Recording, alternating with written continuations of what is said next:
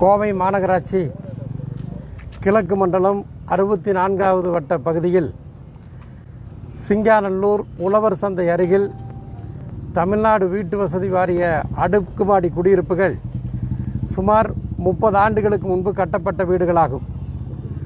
அந்த வீடுகளிலே சுமார் அடுக்குமாடி குடியிருப்புகள் மட்டும் 960 வீடுகள் இருக்கிறது. அதிலே சுமார் 300 வீடுகளுக்கு குறையாமல் பழுதடைந்து சிதலமடைந்து இடிந்து விழக்கூடிய அபாய நிலையிலே அந்த வீடுகள் அனைத்துமே இருக்கிறது. அப்படிப்பட்ட பாலடைந்த வீடுகளில் இந்த பாலாய் போன அதிமுக ஆட்சியில் மக்கள் பாதுகாப்பு இல்லாமல் அவருடைய வாழ்வில் உயிரை கையிலே பிடித்து கொண்டு வாழ்வா சாவா என்ற அடிப்படையில் அந்த மக்கள் எல்லாம் வசித்து வருகின்றார்கள். நான் 2016ஆம் ஆண்டு இந்த தொகுதியினுடைய சட்டப்பேரவை உறுப்பினராக தேர்வு செய்யப்பட்டதற்கு பிறகு முதல் கூட்டத்தொடர் 2016ஆம் ஆண்டு 2016ஆம் ஆண்டு ஜூன் மாதத்தில் நடைபெற்ற ஆளுநர் உரை மீது நடைபெற்ற விவாத கூட்டத்தில் கலந்து கொண்டு நான் உரையாற்றினேன்.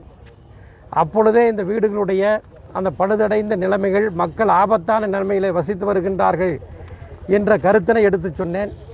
2017ஆம் ஆண்டு நடைபெற்ற அந்த நிதிநிலை அறிக்கையின் மீது நடைபெற்ற விவாத கூட்டத்திலும் நான் கலந்து கொண்டு உரையாற்றுகிற பொழுது இது குறித்து நான் பேசினேன். 2018ஆம் ஆண்டு தொழில்துறை மானிய கோரிக்கையில் உரையாற்றுகிற வாய்ப்பினை எங்களது கழகத் தலைவர் தளபதி அவர்கள் எனக்கு வழங்கிய நேரத்தில் அந்த கூட்டத்தொடரிலும் இந்த வீட்டினுடைய அபாயம் குறித்து எடுத்து பேசினேன். இந்த 3 ஆண்டுகளும் தமிழ்நாடு வீட்டு வசதி வாரியத்தினுடைய அமைச்சராக இருந்தவர் உடுமலை ராதாகிருஷ்ணன் அவர்கள். அவர் சொன்னார், முதல் ஆண்டு நான் பேசுகிற பொழுது 2016ஆம் ஆண்டு நான் பேசுகிற பொழுது அவர் பதிலுரையில் நான் கேட்ட வினாக்களுக்கு அவர் பதில் சொல்லி பேசுகிற பொழுது சொன்னார், அதாவது வீடுகளுடைய நிலைமை குறித்து சட்டமன்ற உறுப்பினர் என்னிடத்தில் எடுத்து சொல்லியிருக்கிறார், மன்றத்தில் சொல்லியிருக்கிறார். முதலமைச்சருடைய கவனத்திற்கு எடுத்து சென்று உடனடியாக அதிகாரிகளை அனுப்பி பொறியாளர்களை அனுப்பி ஆய்வு செய்ததற்கு பிறகு உரிய நடவடிக்கை எடுக்கப்படும் சொன்னார். 2017ஆம் ஆண்டு நான் பேசுகிற பொழுது நான் மீண்டும் வினாக்கள் நேரத்தில் அவரிடத்தில் இந்த கோரிக்கை குறித்து நான் கேட்டேன். அப்போ நான் பேசுகிறப்ப சொன்னேன், கடந்த ஆண்டு நீங்கள் நடவடிக்கை எடுக்கிறேன்னு சொன்னீங்க, அலுவலர்களை தமிழ்நாடு வீட்டு வசதி வாரியத்துடைய அலுவலர்களை அழைத்து நீங்கள் சென்று பார்த்து முதலமைச்சருடைய கவனத்திற்கு எடுத்து சென்று நடவடிக்கை எடுக்கிறதா சொன்னீங்க. ஆனால் இதுவரைக்கும் எந்த நடவடிக்கையுமே எடுக்கலை, என்ன காரணம்னு கேட்டேன். அதற்கு பதிலளித்த உடுமலை ராதாகிருஷ்ணன் என்ன சொன்னார்னா, இல்லை நாங்கள் போய் பார்த்துட்டு வந்திருக்கிறோம், உரிய நடவடிக்கைகள் நாங்கள் மேற்கொண்டு வருகிறோம் என்று சொன்னார். அதுக்கு பின்னாடி பார்த்தீங்கன்னா 2018ஆம் ஆண்டு துணை முதலமைச்சராக ஓ பன்னீர்செல்வம் அவர்கள் பொறுப்பினை ஏற்றுக்கொண்டதற்கு பிறகு அவர் வீட்டு வசதி வாரியத்துறை அவர்கிட்ட தான் இருந்தது.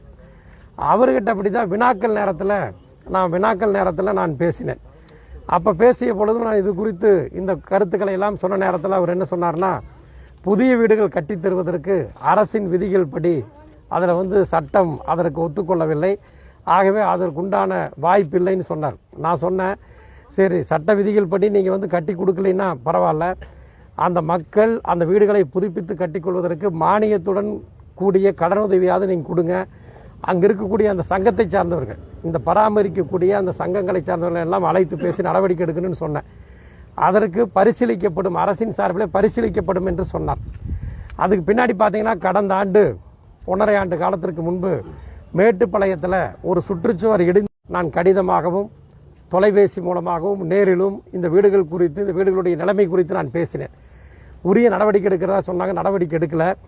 அதுக்கு பின்னாடி ஒரு 1.25 ஆண்டுக்கு முன்பு இதே பகுதியில் தமிழ்நாடு வீட்டு வசதி வாரிய இந்த குடியிருப்பு பகுதியிலேயே இந்த சாலையில் ஆயிரக்கணக்கான மக்களை திரட்டி அரசனுடைய கவனத்தை ஈர்ப்பதற்காக, அதாவது என்ன கோரிக்கை நம்ம சொன்னாலும் அப்படியே தூங்கி வளைந்து கொண்டிருக்கிறது. ஆகவே செவிடன் காதில் ஊதிய சங்கை போல இந்த அரசு, எடப்பாடி பழனிசாமி தலைமையில் இருக்கக்கூடிய இந்த அரசு செயலற்று முடங்கி போய் கிடக்கிறது இந்த அரசு. ஆகவே ஒரு ஆர்ப்பாட்டமாவது நடத்தியாவது இந்த அரசை, தூங்குகின்ற அரசை தட்டி எழுப்பலாம் என்று சொல்லி ஒரு போராட்டத்தை நடத்தினோம். ஆயிரக்கணக்கான மக்கள் திரண்டு அந்த போராட்டத்தில் பங்கேற்றார்கள். அந்த போராட்டம் நடந்து முடிஞ்சோடனே இங்கே இருக்கக்கூடிய அதிமுகவை சேர்ந்து ஏதோ வேண்டுமென்றே திமுகவின் சார்பில் நாங்கள் போராட்டம் நடத்துகிறதாக வாய்க்கு வந்ததெல்லாம் பேசுனாங்க. இன்றைக்கு நிலைமை என்ன? 1.25 வருஷம் ஆச்சு போராட்டத்திற்கு பிறகு. துணை முதலமைச்சர், இங்கே இருக்கக்கூடிய உள்ளூர் அமைச்சர் எல்லாமே வந்து இந்த வீடுகளெல்லாம் பார்த்தாங்க.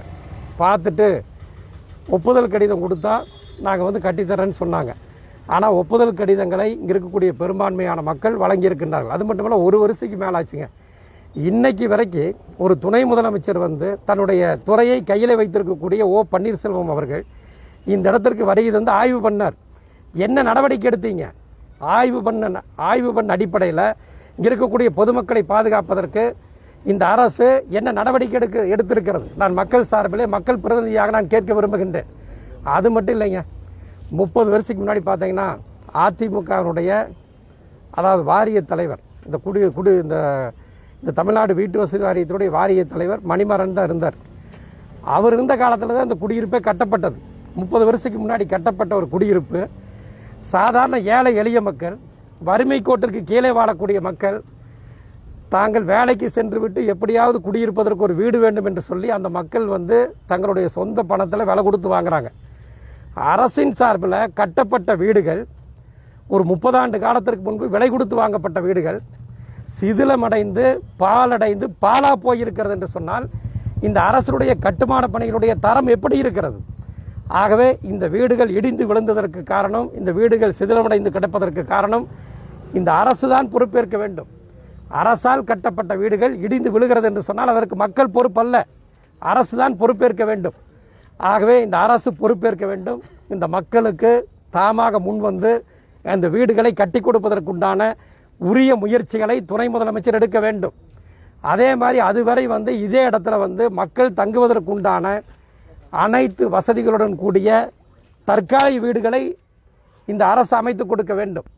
இதெல்லாம் பண்ணாமல் விலை கொடுத்து வாங்கின வீடு, சட்டத்தில் விதிகளில் வந்து இடம் இல்லை, நீங்கள் வேறு இடத்துக்கு போயிருங்க நாங்கள் கட்டித்தரேன்னு சொன்னால் அதிலையும் வந்து நான் பகிரங்கமாக குற்றம் சாட்டுகின்றேன். துணை முதலமைச்சருக்கு வேண்டிய ஒப்பந்ததாரர்கள், கட்டிடம் கட்டக்கூடிய அந்த ஒப்பந்ததாரர்களோடு ரகசிய உடன்பாடு ஏற்படுத்தி கொண்டு அவர்களுக்கு கொடுத்து இதிலையும் கூட வந்து பல கோடிக்கணக்கான ரூபாய்களை முறைகேடு ஊழல் செய்வதற்கு துணை முதலமைச்சருடைய அந்த துறை முயன்று கொண்டிருக்கிறது என்பதை நான் பகிரங்கமாக நான் குற்றம் சாட்டுகின்றேன். ஆகவே உடனடியாக இனியாவது தூங்கி வளைந்து கொண்டிருக்கின்ற செவிடன் காதிலே சங்கூதியதைப் போல தூங்கி தூங்கி வளைந்து தமிழகத்தையே கெடுத்து குட்டிச்சுவராக்கி நாசமாக்கி கொண்டிருக்கக்கூடிய இந்த எடப்பாடியினுடைய அரசு இந்த சிங்காநல்லூர் பகுதியில் வசித்து வருகின்ற இந்த அப்பாவி மக்களுடைய உயிர்களை பாதுகாப்பதற்கு நடவடிக்கை எடுக்குமா என்பதை நான் கேட்டுக்கொள்கின்றேன். அப்படி நடவடிக்கை எடுக்கவில்லை என்று சொன்னால் மீண்டும் கோவை மாநகர் கிழக்கு மாவட்ட திமுக சார்பில் மிகப்பெரிய போராட்டத்தை நாங்கள் நடத்துவோம். நான் இங்கே செய்தியாளர்களை சந்தித்து நான் என்னுடைய கருத்துக்களை எல்லாம் சொன்னதுக்கு பின்னாடி அதிமுகக்கார் வந்து ஜங்கு பொங்குன்னு குதிக்க வேண்டிய அவசியம் இல்லை. உங்களுக்கு துணிவு இருந்தால், உங்களால் செய்ய முடியும் என்று சொன்னால், உங்களுக்கு நம்பிக்கை இருந்தால், போன வருஷம் வந்து குதிச்சிங்கல்ல, இந்த வருஷம் வந்து வீடு கட்டுவதற்கு உண்டான அந்த மக்களுக்கு அதே இடத்துல வீடு கட்டி கொடுங்க, தற்காலிக வீடு அமைச்சு கொடுங்க. அது முடியும் வரை இதே இடத்தில் அவர்களுக்கு புதிய வீடுகளை கட்டி கொடுக்கணும். ஏன்னு கேட்டால் அரசாங்கம் கட்டி கொடுத்த வீடு மக்கள் விலைக்கு வாங்கியிருக்கிறார்கள், அந்த வீடு பாழாக போயிருக்கிறது. ஆகவே அதற்கு பொறுப்பு இந்த அரசு தான் ஏற்க வேண்டும் என்பதை மட்டும் இந்த நேரத்தில் தெரிவித்துக் கொள்கின்றேன். வீணா வந்து வேண்டாத விவாதங்கள் நாடகங்களை எல்லாம் விட்டுட்டு இந்த அதிமுக அரசும் இருக்கக்கூடிய உள்ளாட்சித்துறை அமைச்சர் எஸ்பி வேலுமணியும் ஓ பன்னீர்செல்வமும் இந்த மக்களை பாதுகாப்பதற்கு உண்டான நடவடிக்கையிலே நீங்கள் இறங்க வேண்டும். மக்களுடைய உயிர் மீது விளையாட வேண்டாம் என்று திராவிட முன்னேற்ற கழகத்தின் சார்பிலே கடுமையாக எச்சரிக்கின்றேன்.